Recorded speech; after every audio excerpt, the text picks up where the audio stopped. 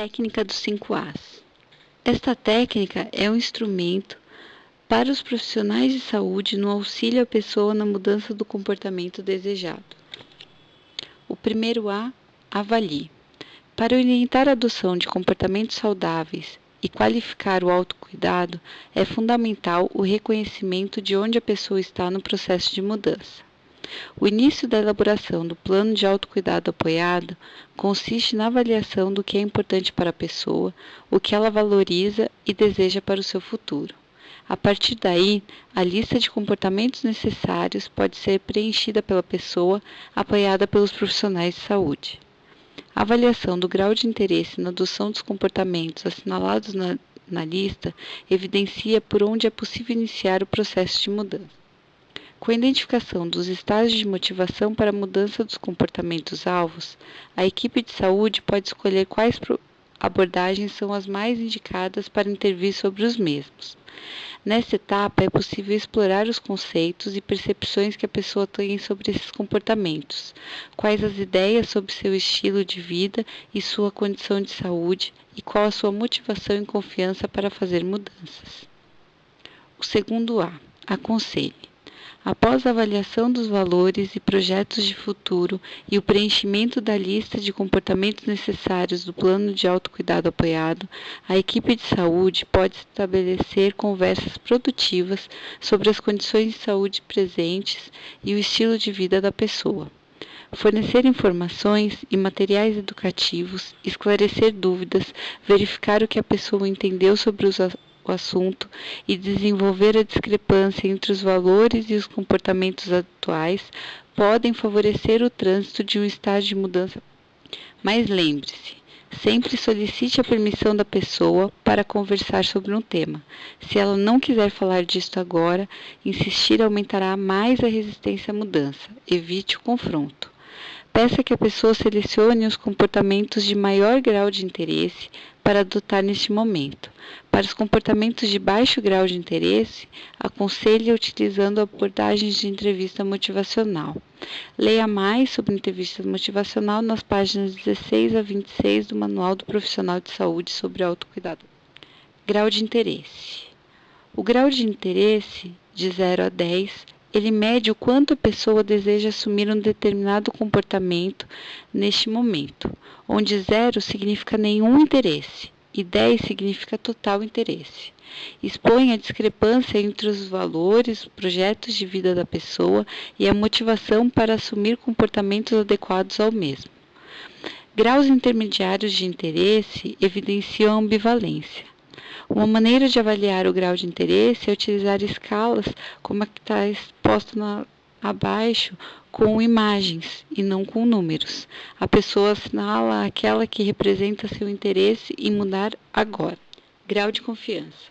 A graduação de 0 a 10, ela mede o quanto a pessoa está confiante, ou seja, quanto ela se acha capaz de assumir um determinado comportamento neste momento, onde 0 significa nenhuma confiança e 10 significa total confiança. Para avaliar a confiança, é preciso pensar sobre o esforço, as adaptações e os recursos necessários para concretizar a mudança. Uma maneira de avaliar o grau de confiança é utilizando escalas como a que está exposta abaixo, com figuras, onde a pessoa assinala aquela que representa sua confiança em conseguir executar seu plano. Terceiro A, acorde. Nesta etapa, solicite que a pessoa selecione um ou dois comportamentos da lista do plano de autocuidado apoiado para adotar nos próximos dias. Oriente a escolha daquelas com alto grau de interesse. Avalie em conjunto a situação atual e quantas atividades, os passos, são necessários para alcançar os comportamentos eleitos. Se a pessoa escolheu ter uma alimentação saudável, por exemplo, muitas atividades podem ser necessárias dependendo de como é sua alimentação atual. Neste caso, é recomendável desdobrar o comportamento em passos intermediários e escolher por onde começar. Volte ao exemplo do plano do autocuidado da Celeste. Ao invés de pactuar mudar toda a alimentação, ela decidiu iniciar pela abstenção de doce. Acorde, pactue com a pessoa o que ela fará, como, quando e quanto. Estabeleça metas específicas que permitirão o monitoramento do processo. Avalie com ela o grau de confiança em executar esse plano nos próximos dias. Se o grau de confiança for menor que 7, é necessário quebrar a tarefa em partes, ou seja, estabelecer metas parciais em direção ao novo comportamento, mais adequadas à realidade e aos recursos que a pessoa tem. Se isso não for possível, recomenda-se escolher outro alvo nesse momento.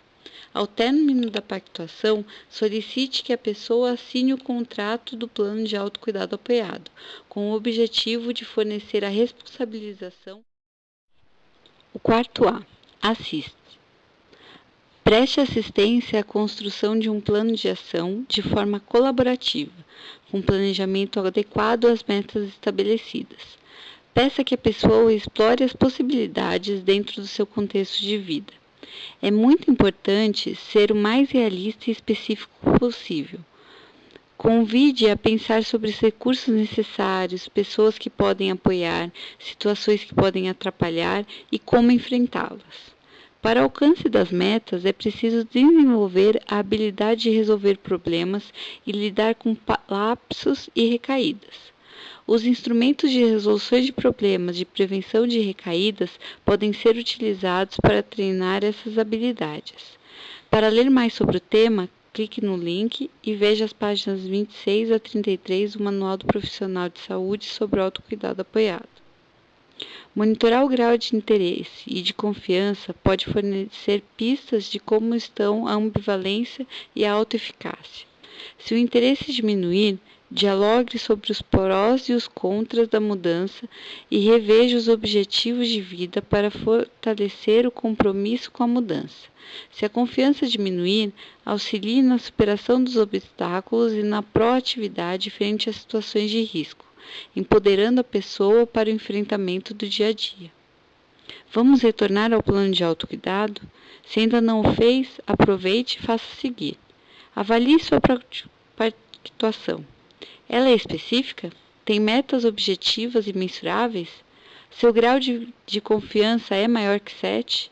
Faça as adequações necessárias e assine o contrato também. A partir de agora, procure colocar seu plano em ação e resolva os problemas e lapsos que surgem na sua execução. Utilize os instrumentos de resolução de problemas e prevenção de recaídas para isso. O quinto A. Acompanhe. O acompanhamento sistemático do processo de mudança pela equipe de saúde tem como objetivo manter a pessoa no foco de mudança, reconhecer as situações de risco, treinar resolução de problemas, prevenir recaídas, estabelecer os próximos passos. O monitoramento pode ser presencial, individual ou em grupo, na unidade básica de saúde, nas visitas domiciliares ou à distância, por contato telefônico ou pela internet, por exemplo.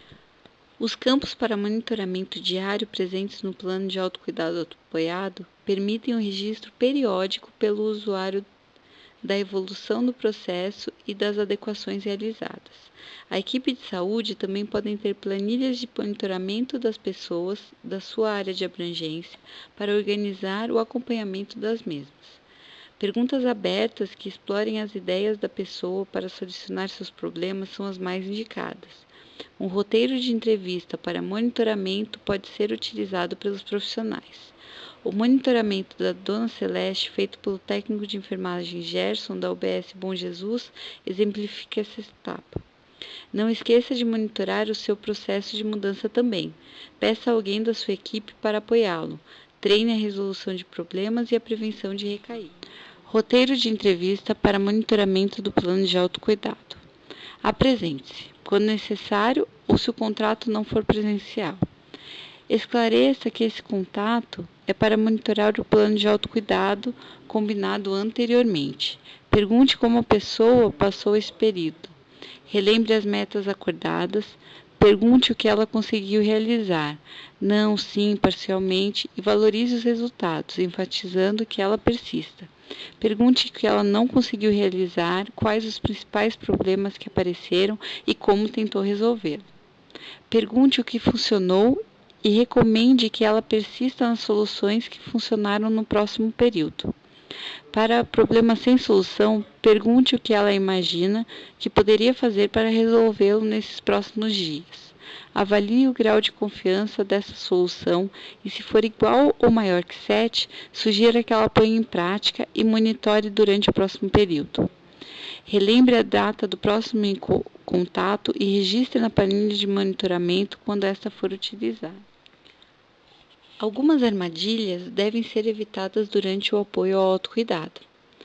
Entre elas, as principais são: achar que a pessoa não poderá mudar por não estar motivada, não avaliar a capacidade de autocuidado da pessoa, estabelecer o plano de autocuidado e o monitoramento sem solicitar permissão antes, não permitir que a pessoa crie suas próprias formas de solução de problemas, induzindo-a a uma solução, forçar a escolha de um comportamento para a mudança, gerando resistência, tentar salvar a pessoa, atropelando as etapas que devem ser realizadas, focar no problema e nas metas e esquecer o vínculo com a pessoa.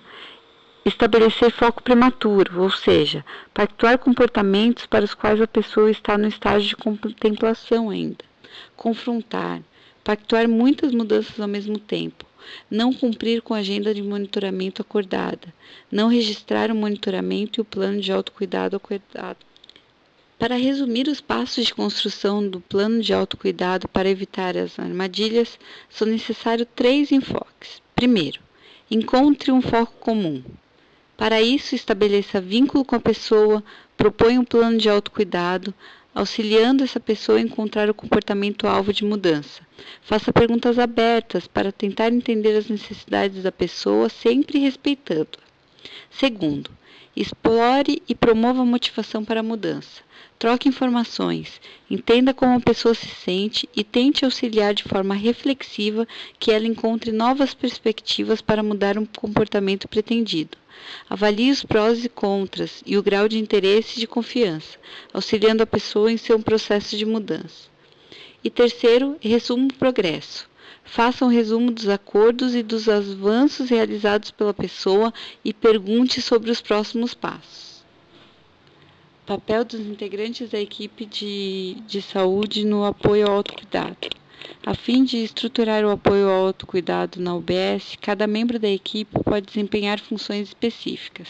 Para estabelecer os primeiros planos, recomendamos que o médico, o dentista, o nutricionista, o psicólogo ou outro profissional de saúde façam as pactuações. O enfermeiro pode coordenar as pactuações dos diferentes profissionais para evitar que vários planos sejam estabelecidos ao mesmo tempo, sobrecarregando a pessoa e induzindo isso. Os técnicos de enfermagem, os agentes comunitários de saúde, os técnicos e auxiliares de saúde bucal podem fazer o monitoramento na UBS e nas visitas domiciliares, ou de forma não presencial, pela internet ou telefone quando disponível. Para isso, devem utilizar o roteiro de entrevista para monitoramento do plano de autocuidado. Durante o monitoramento, algumas adaptações do plano de autocuidado poderão ser necessárias e devem ser registradas em planilhas.